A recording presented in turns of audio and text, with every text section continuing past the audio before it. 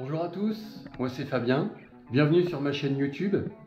Aujourd'hui, une vidéo consacrée aux cyclistes avec un tuto sur l'installation du home trainer, le Tacx Smart Flow. Je vais vous présenter rapidement à quoi ressemblaient les emballages de l'appareil.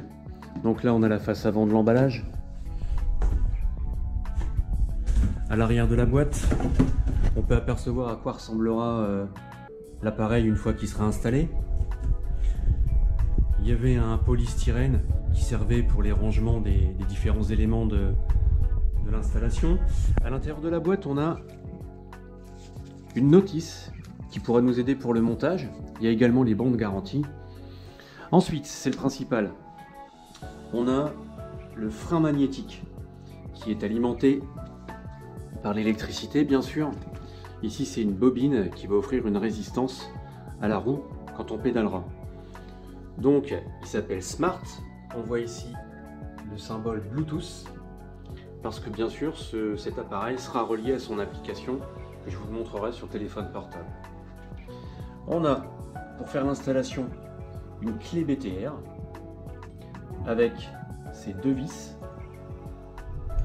qui vont nous servir à le fixer sur le support principal.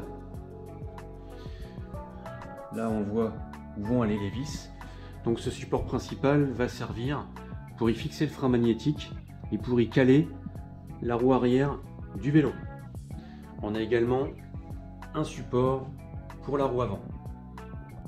Fourni avec l'appareil un axe, puisque sur notre vélo on a un axe qui fixe la roue arrière qui n'est pas compatible avec les supports du Tacx. Donc en fait, il faudra le remplacer par cet axe qu'on mettra à la place de l'axe d'origine du vélo. Nous voilà installés confortablement pour le montage. Alors, ce support se déplie comme ça. Hop. C'est assez rigide parce qu'il faut que ça résiste quand même au poids du vélo, et il s'installe de cette manière. Au passage, je vous montre quelque chose de très rapide, c'est comment le transporter. On peut le replier de cette manière. Hop. Et ce qui nous sert de support avant peut se mettre ici. Donc vous voyez qu'ici, il y a un support qui permet d'écarter, de glisser le support avant et de le glisser, voilà, comme ça. Et donc en fait, je peux me balader avec mon Tacx pour aller chez un copain, par exemple. Ceci dit, c'est pas ce qui nous intéresse maintenant. Nous, ce qui nous intéresse, c'est de fixer le vélo. Donc, je reprends, je déplie le Tacx, hop, et je vais l'installer à peu près ici. Voilà. Il va falloir que je monte le frein magnétique ici. Alors, vous voyez qu'il y a des trous à plusieurs niveaux. Pourquoi? Parce qu'en fait, sur un vélo, il y a plusieurs diamètres de roues.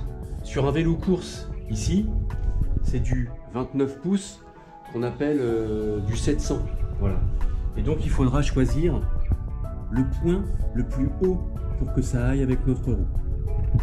Donc l'opération va consister à monter le frein magnétique ici.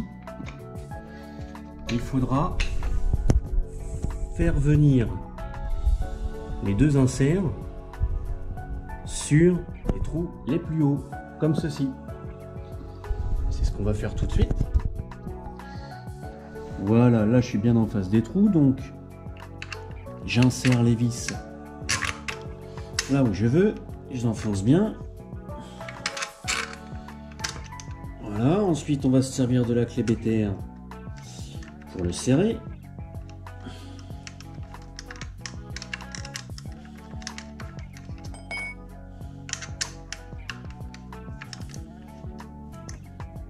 Clé, deuxième vis.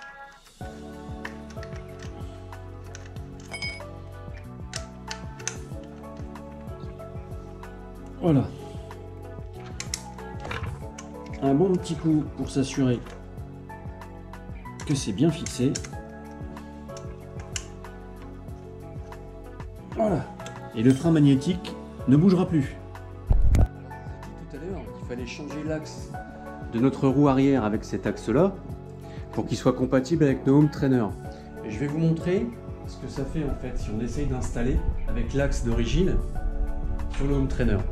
Alors déjà, on va s'assurer de bien dégager l'espace pour glisser notre roue arrière et on va tenter d'y glisser notre vélo. Et là, vous allez pouvoir constater, comme moi, que ici, là, de ce côté-là, à la limite, on pourrait insérer le vélo, mais que de l'autre côté, à cause de la manette qui est faite pour le démontage rapide, on peut pas. C'est pas compatible avec cet axe. Je me suis fait un peu de place, j'ai mis le vélo à l'envers. Pourquoi? Parce que quand vous enlevez l'axe, si le vélo est à l'endroit, la roue ne tenant qu'avec l'axe, votre roue tombe. Donc au moins, elle ne tombera pas.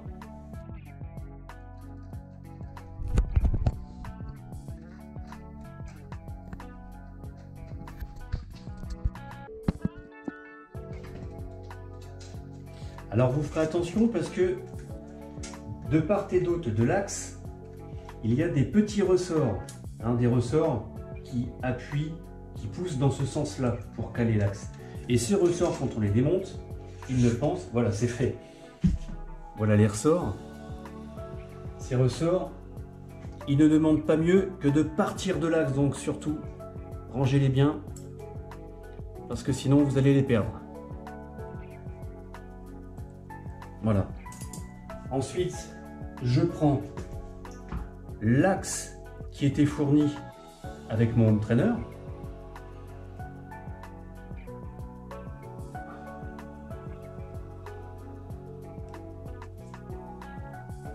Et que je vais monter sur ma roue arrière.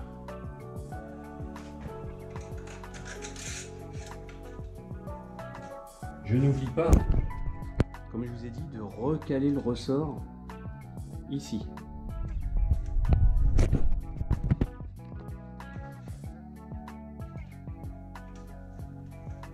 Voilà, je visse de ce côté-ci jusqu'à obtenir la résistance voulue.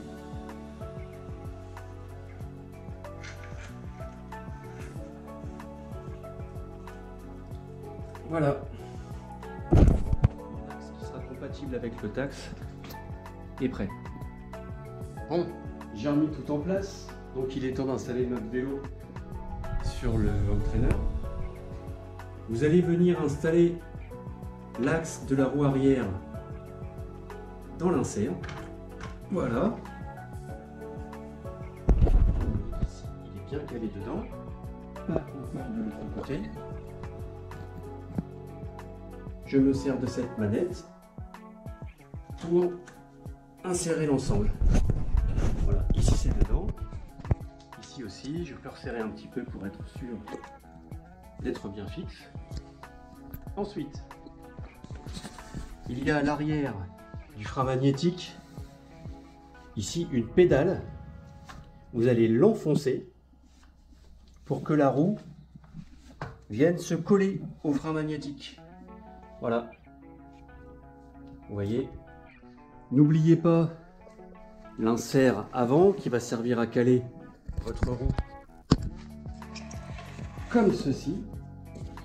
Alors pour les puristes du home trainer, un détail, on n'utilise pas la roue d'origine du vélo pour éviter de l'user sur le home trainer.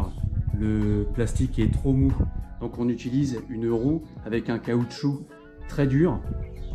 En général, cette roue elle est de couleur rouge ou bleu. Voilà, c'était un détail. Branchez votre home trainer au secteur, il commence à émettre. Il faut aller télécharger l'application Tac Training qui s'installe sur votre téléphone portable et qui va permettre de relier le SmartFlow à votre téléphone.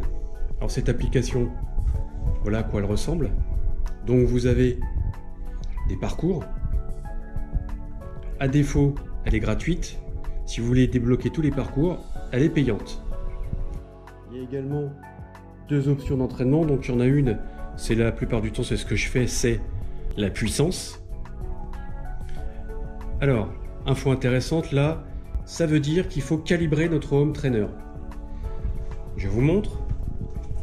Ici, vous avez une vis qui vous sert à calibrer, à plus ou moins serrer la roue.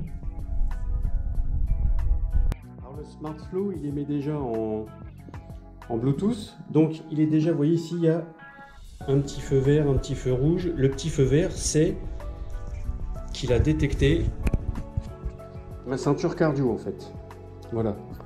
Et le petit feu rouge, il n'a pas encore détecté mon TacFlow parce que sur le téléphone, n'oubliez pas d'activer le Bluetooth.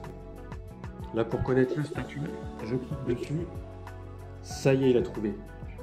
Donc c'est parti, Calibrate Now. Je dois accélérer jusqu'à 30 km/h. Et je relâche en roue libre. Voilà. Et bien là j'ai de la chance, il est pile poil calibré comme il faut, donc je n'aurai pas à tourner la vis ni à droite ni à gauche pour le serrer ou le desserrer. Donc je peux commencer un entraînement, par exemple un entraînement en puissance.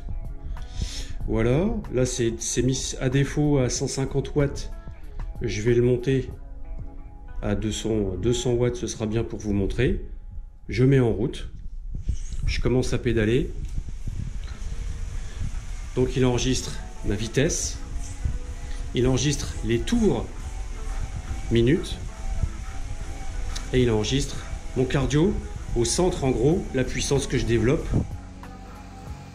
200 watts. Bien ventiler votre pièce. Si possible, faites carrément un courant d'air. Et puis là, je vous le dis, la tenue, c'est pour la vidéo, mais d'habitude, c'est torse nu parce qu'on est trempé. Voilà, c'est terminé. J'espère que vous aurez appris de quoi bien monter votre home trainer. Je vous dis bon entraînement et à plus tard pour une autre vidéo. Ciao!